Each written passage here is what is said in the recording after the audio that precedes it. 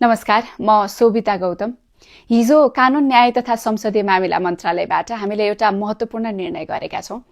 नेपालमा अहिले धेरै मानिसहरूको गुनासोहरू मध्ये एउटा गुनासो चाहिँ नेपाल सरकारका आयोजनाहरू प्रोजेक्टहरू समयमा सम्पन्न हुँदैन, जनताले एकदम धेरै दुःख पाइराख्नु परेको छ भन्ने रहेको सुनिन्छ।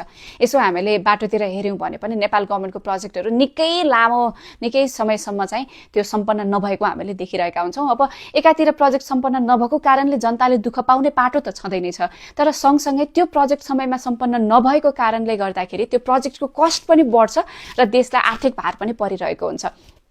अब कतिपय अवस्थामा त हामीले अब विभिन्न दात्री निकायहरूसँग लोन लिएर त्यस्तो प्रोजेक्टहरू सञ्चालन गरेका हुन्छौँ। वर्ल्ड ब्याङ्क, एडीबी यस्तो विभिन्न संस्थाहरूसँग हामीले लोन लिएर प्रोजेक्ट सञ्चालन गरिराखेका हुन्छौँ। अब त्यो लोनको ब्याज पनि तिर्नु पर्यो, यता समयमा प्रोजेक्ट पनि सम्पन्न हुँदैन, त्यसको लागत पनि बढ्यो भन्दाखेरि त देशलाई ठूलो आर्थिक भार परिरहेको स्थिति चाहिँ हुन्छ। अब यो समस्या मुद्दा मामिला परेकै कारणले गर्दाखेरि भइरहेको छ भनेदेखि त मुद्दा मामिला कसरी फास्ट ट्र्याकमा टुङ्ग्याउने भन्ने विषय हाम्रो चासोको विषय रह्यो। त्यसकारणले नेपालमा अब इन्फ्रास्ट्रक्चर कोर्ट हामीलाई चाहिन्छ कि भन्ने हामीले सोचेर 15 दिनभित्र एउटा स्टडी गरौँ र 15 दिनभित्र स्टडीको रिपोर्ट आइसकेपछिबाट त्यो स्टडी रिपोर्टले सुझाए अनुरूपको अगाडि काम गर्नको लागि चाहिँ थालनी गरौँ भनेर हामीले त्यो स्टडी कार्यदल गठन गरेका छौँ। अबको 15 दिनभित्र स्टडी कार्यदलले हामीलाई इन्फ्रास्ट्रक्चर कोड चाहिन्छ या चाहिँदैन भन्ने निष्कर्षमा पुर्याउनको लागि मद्दत पुर्याउँछ।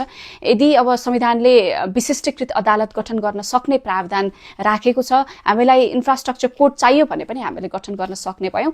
यदि स्टडी कमिटीले इन्फ्रास्ट्रक्चर कोड चाहिँदैन, एउटा रेगुलर इजलासहरूबाट पनि यो समाधान गर्न सकिने रहेछ भन्ने कुराको निष्कर्ष निकाल्यो भने त्यो पनि गर्न सकिने भयो।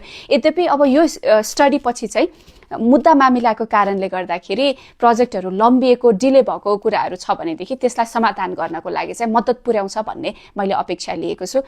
यही नै हो हिजो हामीले गरेको डिसिजन्स। हस् त, धन्यवाद।